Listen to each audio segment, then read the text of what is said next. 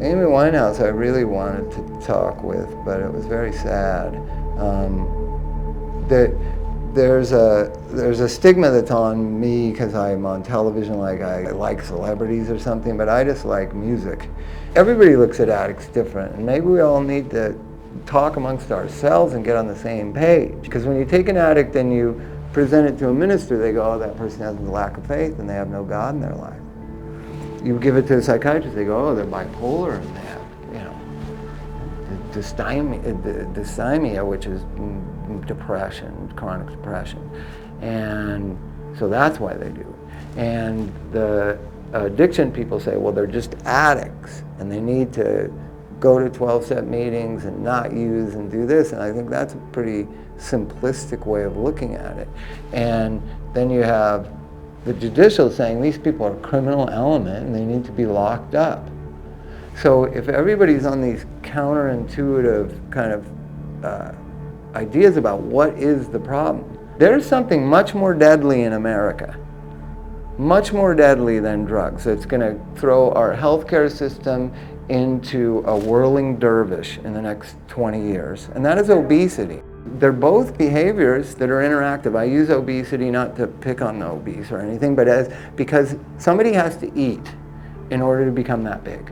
So it's an interactive participation in your illness. Don't just let him say he's powerless over alcohol and he's an addict or powerless over drugs. He's doing it. He does the drugs. Well, the obese people eat the food. But interestingly enough, in obesity, if you lose a lot of weight, everybody celebrates it.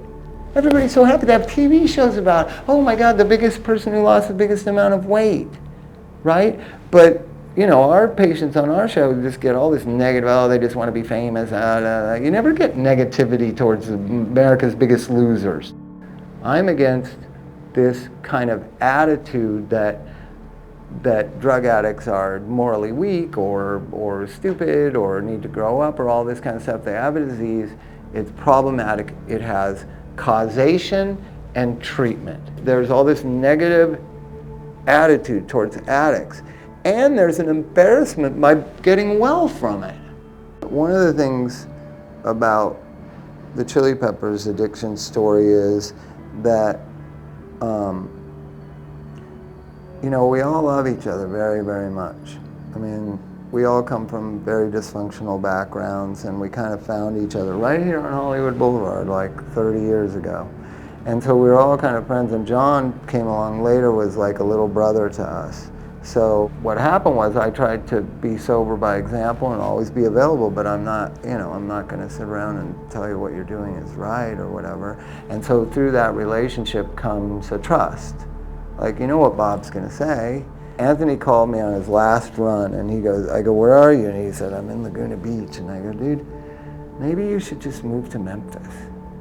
And he was like, what are you talking about? I go, dude, you're never going to get sober in LA. You should get out of town. You should go just rent an apartment and go to 12-step meetings somewhere. It was me being that codependent in his life that I have no more answers for you. I don't know what to do. Actually having a boundary, like, I don't know what you should do anymore. I can't solve the problem. What makes an addict stop? I have a philosophical thing. I believe that true love, the word love, is the thing that heals addicts. If you want to keep taking drugs, you can keep taking drugs. If you die of them, I'll be so sad and I'll miss you so much. I'm not going to impose my will on you. I'm just going to love you unconditionally.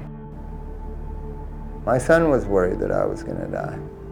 He said his biggest fear, they have a thing in school, like in 3rd or 4th grade, like, what are your favorite things and whatever, and then they had this question of what is your biggest fear, and it was that dad relapses and gets back on drugs.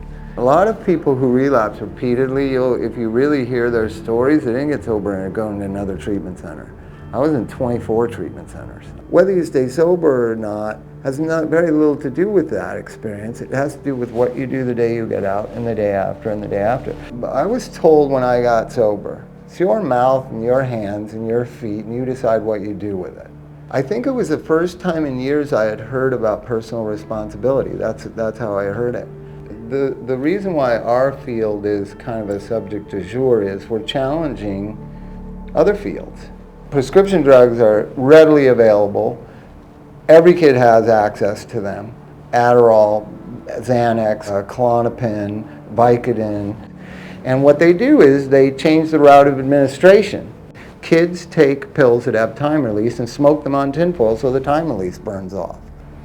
Kids crush and snort Adderall regularly at school to get the full rush of the stimulant. And I say to every American parent, if your kid's on Adderall, ask yourself, are they doing better in school? Are they learning? They just know they're not getting called by the school anymore. So what does a parent do when their kid is out of control? You have to have boundaries. You may have never had them. I know I didn't. I have a 24-year-old son that was out of control for 7, 8 years. With him, I had to listen to him.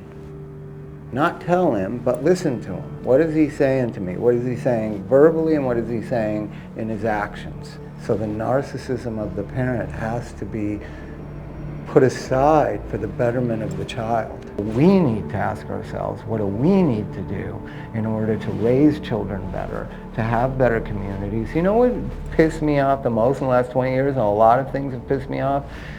Hillary Clinton, who, love her or hate her, whatever, I happen to love her, said it takes a village to raise a child. It takes a community to raise a child. And she was crucified for saying that. You know, I always say, especially to parents, having your child on drugs is like watching a dog running in the street and you know it's going to get hit. I barely missed a dog running across the highway, and I looked in my rearview mirror and I saw BAM! Now with children, it's doubly frightening. You have to talk to people who have the same problems. Talk to physicians, talk to psychologists, therapists, social workers, access to any information. But be very informed when you're going to approach to try to help your child. See, often family members just think, oh, they're on drugs, I need to call an expert. And this is a for-profit industry. And there's no better customer than somebody who thinks their child is going to die. So the parents, grandparents, family members, spouses of addicts who are in full-blown addiction or alcoholism and out of control and at risk and at harm need to educate themselves and center themselves so that they can then decide what to do about the addict in their life. But it all starts with somebody making one healthy action, and that is, as a parent, get educated.